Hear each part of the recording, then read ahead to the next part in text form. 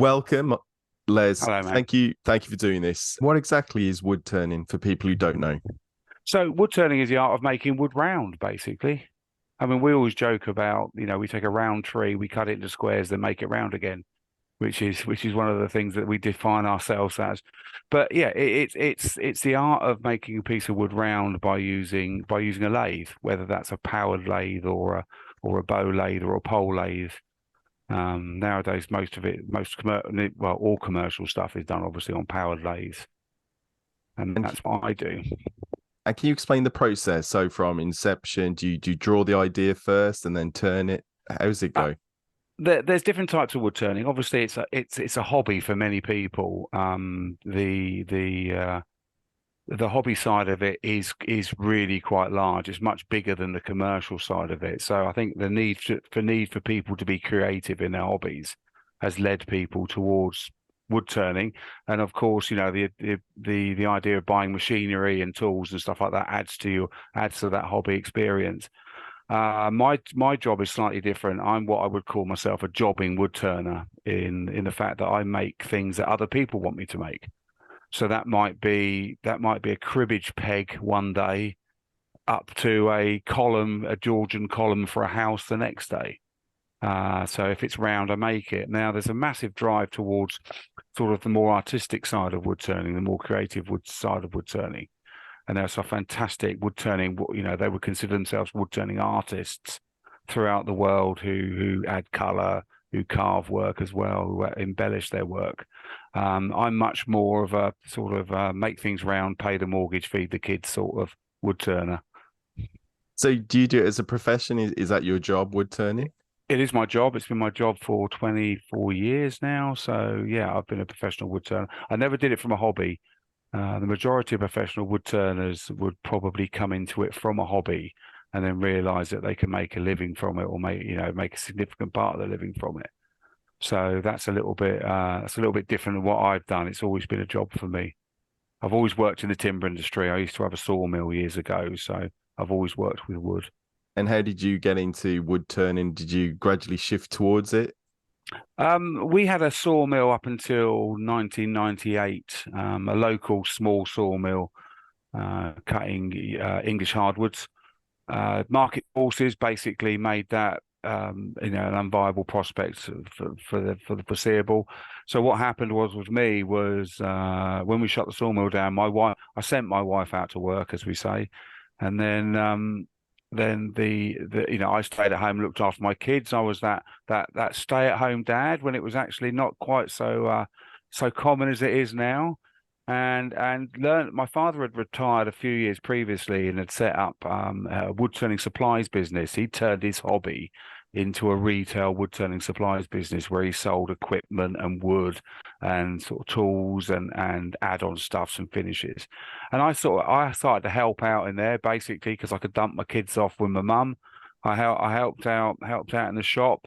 People would come in and say, I want three knobs to replace things that have fallen off my wardrobe, and I said I can do that, not really knowing how to do it, and learn wood turning. I was lucky that my father had a big pool of really, really good makers who helped me along the way. But that I think has helped me massively in the fact that I never had one individual mentor.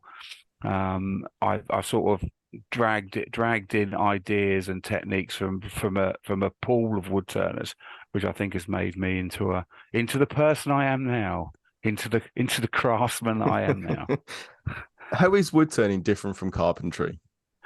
Wood turning. A lot of cabinet makers and stuff like that will do a little bit of wood turning in their job. The thing about wood turning is it's to do it in the best way possible and the most effective way possible. It is a fairly specialized form of woodwork. I mean, to put it mildly, most woodworkers will have a stationary piece of wood and they bring the tool to the wood.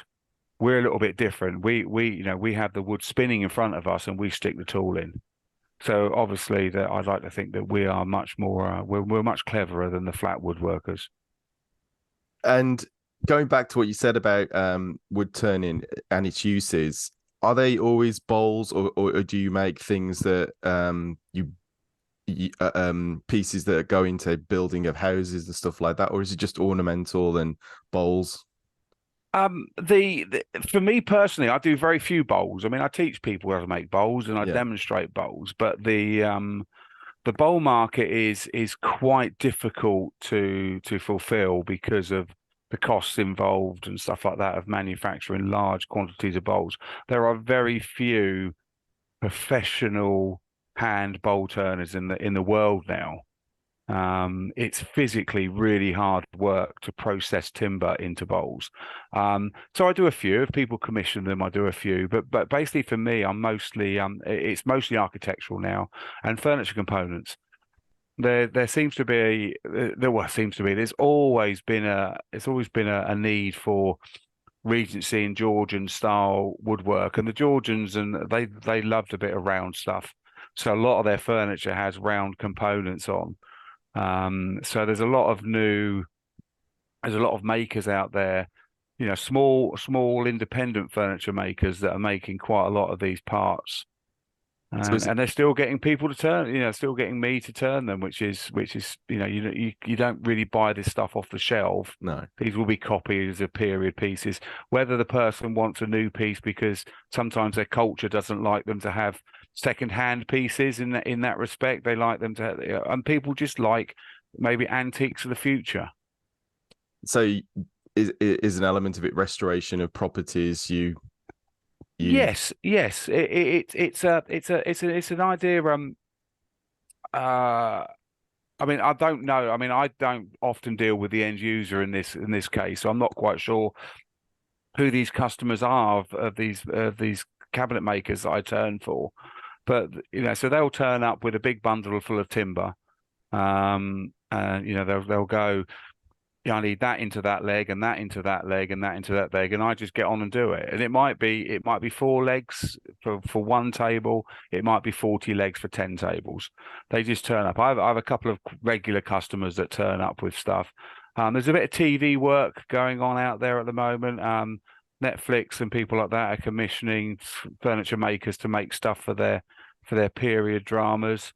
So there's a bit of that work out there. So it's just it's there's no rhyme or reason. There's also, as I would say, Auntie Morag down the road who's broken a chair spindle from the family heirloom chair, and I replace and I don't replace it, but I will turn the replacement spindle for them in that respect.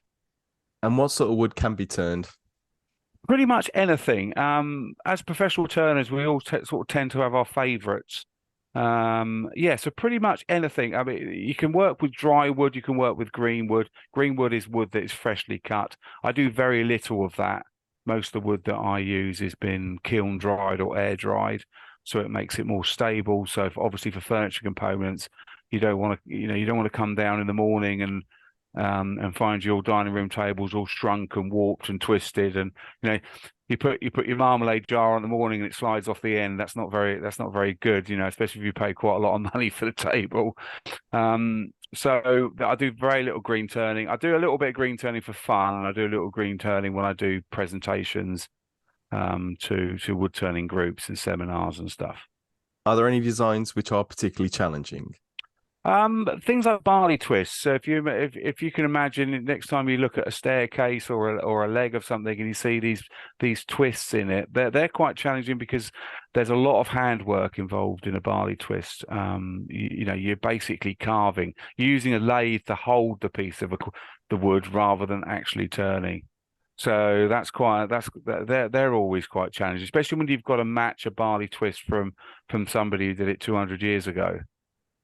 So that some of those shapes are, and obviously the big stuff's challenging. The big stuff's challenging because of the weights involved and stuff like that. So I can turn up to 10 feet long. So I can turn a serious piece of wood. I can turn up to sort of 2 foot diameter in that sort of size. So I do get some big stuff to do because very few other people can do it. Do you have to be quite physically fit? Is it quite a physical activity? Is it quite a physical activity? I'm about 5 stone overweight, so I would say definitely not. Is it? If it that's a really good. What we always call wood turning. There's a lot of body movement involved in wood turning. I mean, you're not standing stock still all day as you're working, but that creates problems. In the fact is that you get sort of fixed in one position. So I would say it's not a massively physically demanding, but it does it does cause problems with backs and stuff like that if you're doing it all the time. As simple as that. But it's not a. We always say that anybody can. When we do our youth training,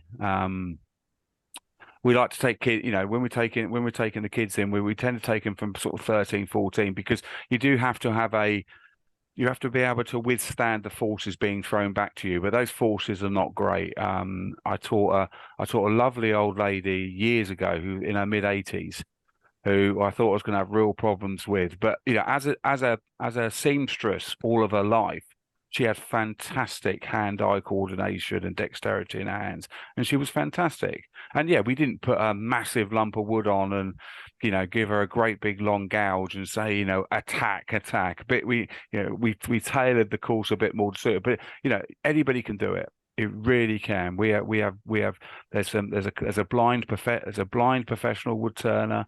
I knew a professional turner that only had one arm. So there's lots of ways you can do it from a wheelchair. There's another professional turner that's in a wheelchair. So yes, I would say that there are physical demands, but it's not great. And is wood turning quite popular? I think it's grown again. It goes through phases. Wood turning, hobby wood turning probably started in the mid 90s. With the advent of sort of more mass-produced machinery and mass-produced tools and stuff like that. So I think there's been a bit more of a drive now towards hobby woodworkers, woodworking equipment. It used to be quite easy to put a lathe in the corner of your garage, but now woodworking machinery's got smaller. So people now are setting up home workshops rather than just like a wood turning workshop in that respect. But yeah, I mean, I travel all over the country demonstrating at wood turning clubs and at shows, and I would say, yeah, it's pretty buoyant. There's a lot of younger people coming in. YouTube's helped massively with that. There's a lot of information on YouTube about wood turning and stuff like that. So that's helped. That's helped brilliantly, and long may it continue. And would it require a large degree of training to fashion a bowl, or is it something relatively easy to do? As a professional instructor, I'm going to say yes. It takes at least 25 courses, one-to-one courses, but you can be self-taught. The safety aspect of it is quite interesting. I mean, it is dangerous, or it can be dangerous if you don't apply certain safety things when you're going to it. I mean, you are spinning a piece of wood, so that piece of wood is centrifugal force is trying to get that piece of wood off the lathe. So it's only your fixings that are keeping that piece of wood on the lathe. And once again, with YouTube, there's quite a few short clips of people with bits of wood coming off the lathe and stuff like that as it's going. We shouldn't laugh because it's but it is.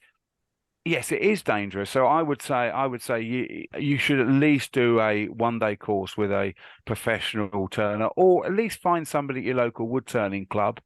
If you can't afford to go down the instruction route, find somebody at your wood turning club that will mentor you. I mean, most of these guys, we all have a sort of common interest in wood turning. You'd be amazed how good the wood turning community is at helping other people.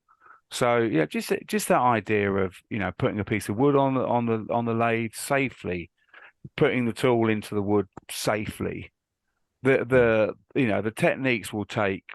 It's a 5-year, 10,000 hour apprenticeship, really. But you can become fairly competent within a short time, or become safe, and that's it. It's all about if we're sending somebody out in their shed to make something around, it's all about enjoyment. Yeah. Don't fight. I see people get quite worked up and fighting pieces of wood and stuff like that. It shouldn't be like that. And what would you say the appeal is of wood turning? So if you had to sum it up in a few Sum sentences. up in a few.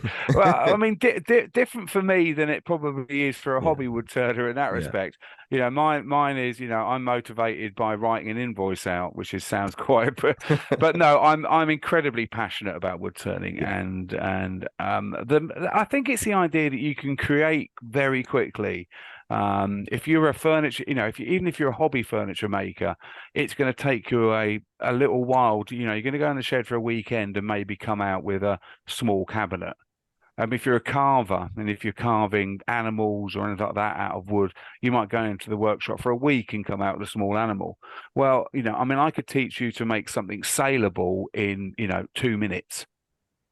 So it's that idea of instant gratification Yeah. almost that would turn and be like. I mean, one of the I had a student years ago that phoned me up after the course and he said to me, he started with, "You've lost me my job almost." And I said, "What do you mean I've lost your job?" He said, "Well, my lathe's in my garage, my car's in my garage." He said, "I go to work and I think I've got 5 minutes. I'll just put a piece of wood on there and have a little bit of a play." And he says 2 hours later he's late for work. And that's fantastic. If you can the great thing about a hobby is if you can lose time, that hobby is fantastic, isn't it? If you can Yeah. just get away from the world and do that. So I think that is the appeal. I mean, men, I suppose you could say that men have the appeal that it's tools, that he who dies with most tools wins. Okay, that classic expression, and so you'll see people at shows and they'll walk in. "Oh, I've got to have that new tool and that new tool Yeah. and stuff like that." So there's an attraction to that. I mean, I just always liken it to my hobbies. I fish and I play golf. So I get when I'm demonstrating at a national woodworking show and I watch people's faces when they come in, that's the same face that I get when I go off to a fishing show or a golf show. It's like, what can I see? What can I play with? What can I buy? After you've carved the wood or turned the Turned, wood, yeah, turned turned the wood. wood. Yeah, yeah. Sorry. Oh, Do you season it? So what's the process for, say, if you're making a bowl or a utensil, what do you do after you've turned it? right on a bowl. If I was turning a bowl from green wood, and I do that a bit, I do a sort of heirloom bowl. Uh, I do an heirloom bowl service where you come along, your tree from your grandmother's garden. What can I do with it? I want to, can you make something for all the family? So what I do with that is I would slice it up into what we call blanks, which are our starting pieces of wood, and they could be grain orientation different. They could be big, they could be small. So let's take the bowl scenario. I would take a bowl blank. I would then part turn that bowl. Now timber, there's always a saying that timber dry for a 3-inch piece of thick piece of timber to dry, it takes 4 years to dry because it's an inch a year plus a year, and that's not fully true. That's a sort of very massive generalization because of the different species involved. But basically, the thinner the wood, the quicker it will dry. So what I do is if I'm drying a bowl, I would part turn the bowl. So if I'm going to turn a bowl maybe and finish it at 1/2 inch thick, I would turn it to maybe 1.5 inches thick, and then I would put that aside to dry. Now, depending on species, that would be dry almost certainly within 12 months. So I try and minimize the chance of it cracking during the drying process. I minimize the chance of it warping too much. I then after a year return it, and then that's dry. Then I polish it or finish it depending on the customer's requirements. So that's the process of that. I mean, the process for most of my work that I do commercially is the timber comes to me kiln dried. Okay, so it's good to So go. it's come to me kiln dried. Yeah. I make it round, send it back to them. Yeah. So it's similar. I mean, and then you get the bit in between where I do some green oak work where the people want it to split. So I'm in the process of turning some big columns at the moment out of oak that are going to be plinths for sculptures, and they know they're going to split, and that's with oak especially. That's part of the features. Yeah. And it's when a fault becomes a feature. and when you turn something really big, do you do it in parts? So like, do you assemble it afterwards, or how does it work? Depends how big it is. It really Okay. does depend how big it is. If it's a big commercial architectural piece of work, the timber will come to me glued up. Okay.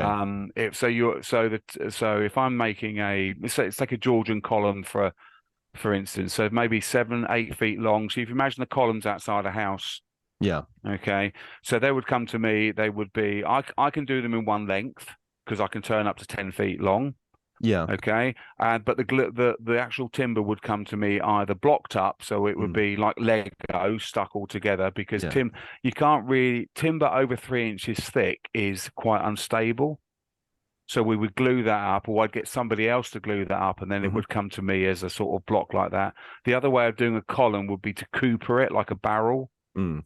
So to make it lighter and to use you less wood, it will come to me with a what we call stave construction. So if you imagine like a barrel with a Yeah. series of bits around the outside, Yeah. that would come to me as an octagon, and then I would make it round in that respect. Okay. Which is quite a shame because they look better as octagons half the time. Les, it's been fascinating talking to you about wood turning. I know we've only No problem.